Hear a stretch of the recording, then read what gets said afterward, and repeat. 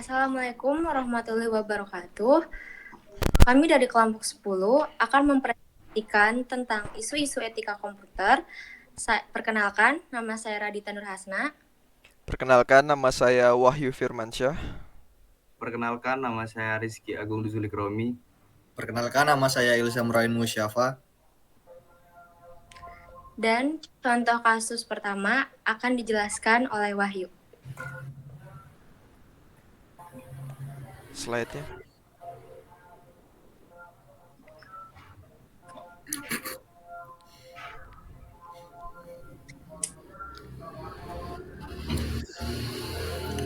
Kejahatan komputer. Kita mengambil 5 kasus, yaitu phishing. Phishing adalah contoh cybercrime untuk melakukan penipuan dengan melabui korban.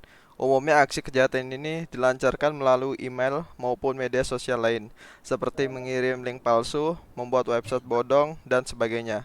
Peretasan.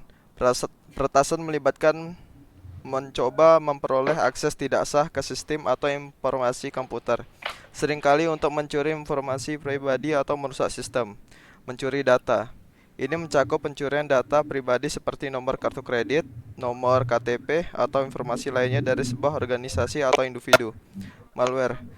Jenis kejahatan komputer ini mencakup berbagai macam perangkat lunak berbahaya seperti virus, ROM, Trojan, dan ransomware. Malware dapat merusak sistem komputer atau mencuri informasi pribadi. Skimming.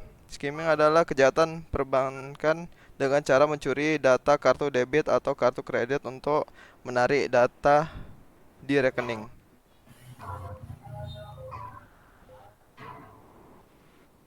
Next.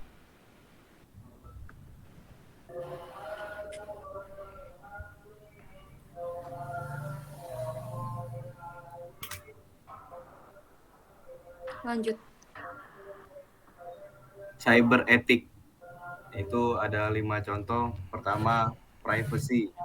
Dengan banyaknya informasi pribadi yang dibagikan secara online, masalah privasi telah menjadi prihatin utama. Etika dunia maya mengharuskan individu dan organisasi untuk menghormati privasi orang lain, mengambil langkah-langkah untuk melindungi informasi pribadi mereka sendiri. Yang kedua itu ada cyberbullying. Bullying yang terjadi secara online terdapat menimbulkan konsekuensi serius bagi korban. Etika dunia maya mengharuskan individu untuk memperlakukan orang lain dengan hormat dan menahan diri untuk tidak terlibat dalam intimidasi dunia maya. Yang ketiga itu ada intellectual property. Dengan kemudahan menyalin dan berbagi konten digital, melindungi hak kekayaan intelektual telah menjadi masalah yang rumit. Etika dunia maya mengharuskan individu untuk menghormati undang-undang hak cipta dan memberikan kredit di mana kredit jatuh tempo. Yang keempat itu ada cybercrime, aktivitas kriminal yang terjadi secara online seperti peretasan, pencurian identitas, dan phishing dapat menyebabkan kerugian yang signifikan. Etika dunia maya mengharuskan individu untuk tidak terlibat dalam aktivitas semacam itu dan mengambil langkah-langkah untuk melindungi diri dari kejahatan dunia maya. Yang terakhir itu adalah online addiction. Internet dan perangkat digital dapat membuat ketagihan, menyebabkan konsekuensi negatif bagi individu dan masyarakat secara keseluruhan.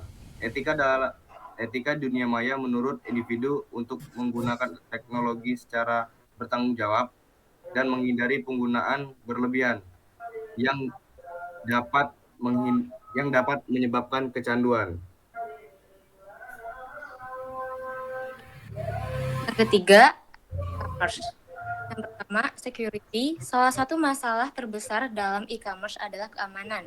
Pelanggan ingin merasa yakin bahwa informasi pribadi dan keuangan mereka aman saat melakukan pembelian online. Yang kedua, customer service.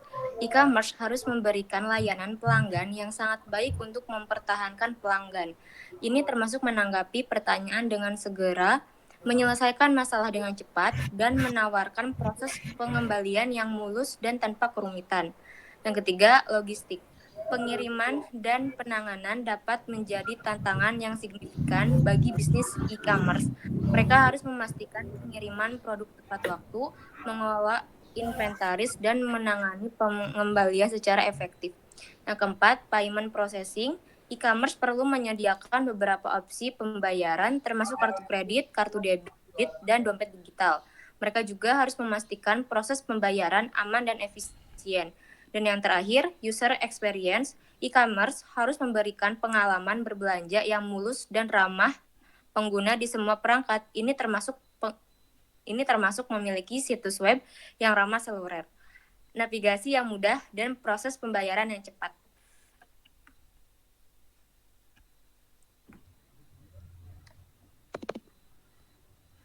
Selanjutnya itu ada pelanggaran hak atas kekayaan intelektual tanggung jawab profesi, yaitu sama juga ada 5. Yang pertama, pelanggaran privasi. Penggunaan data dan informasi pribadi secara tidak sah oleh perusahaan atau individu dapat menjadi ancaman bagi privasi individu. Pelanggaran privasi dapat terjadi melalui pengumpulan data yang tidak sah, penggunaan data tanpa izin, atau penjualan dan tanpa persetujuan individu. Yang kedua itu ada pencurian identitas. Pencurian identitas adalah tindakan mencuri informasi pribadi seseorang seperti nama lengkap, tanggal lahir, nomor kartu kredit, atau nomor identifikasi pribadi lainnya untuk tujuan penipuan atau penggunaan yang tidak sah. Yang ketiga ada cyberbullying.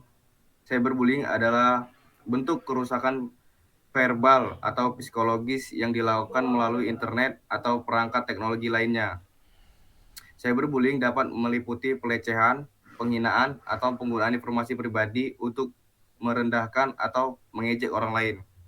Yang keempat itu ada pelanggaran hak kekayaan intelektual.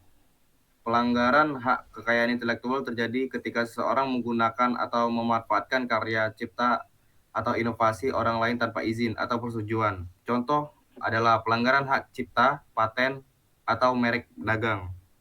Yang terakhir ada diskriminasi algoritma.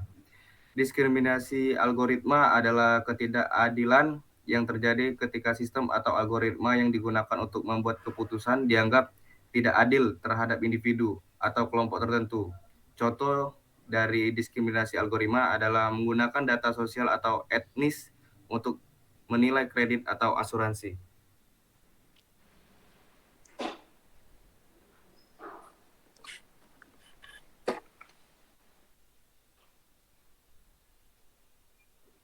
Di mute mic-nya.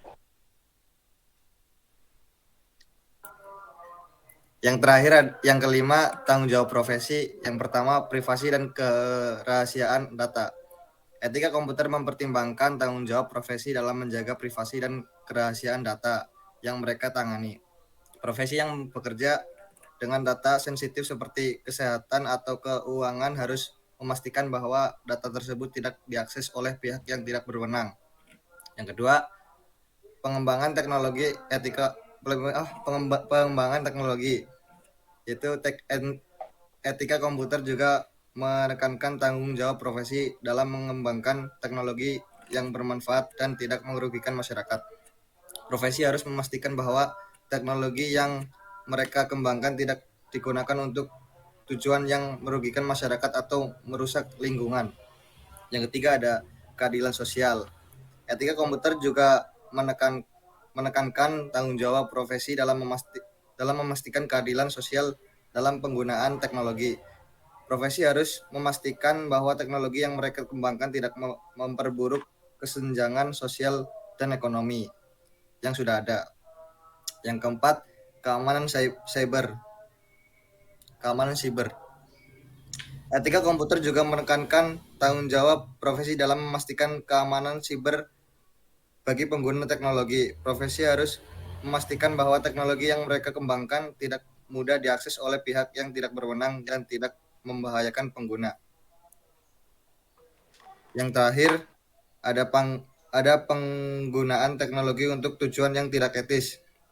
Etika komputer juga menekankan tanggung jawab profesi dalam menghindari penggunaan teknologi untuk tujuan yang tidak etis, seperti pengintaian atau penyalahgunaan data pribadi. profesi harus memastikan bahwa teknologi yang mereka kembangkan atau yang mereka gunakan tidak digunakan untuk tujuan yang tidak etis. Mungkin itu saja yang bisa kami jelaskan. Mohon maaf ada kesalahan. Wassalamualaikum warahmatullahi wabarakatuh. Waalaikumsalam.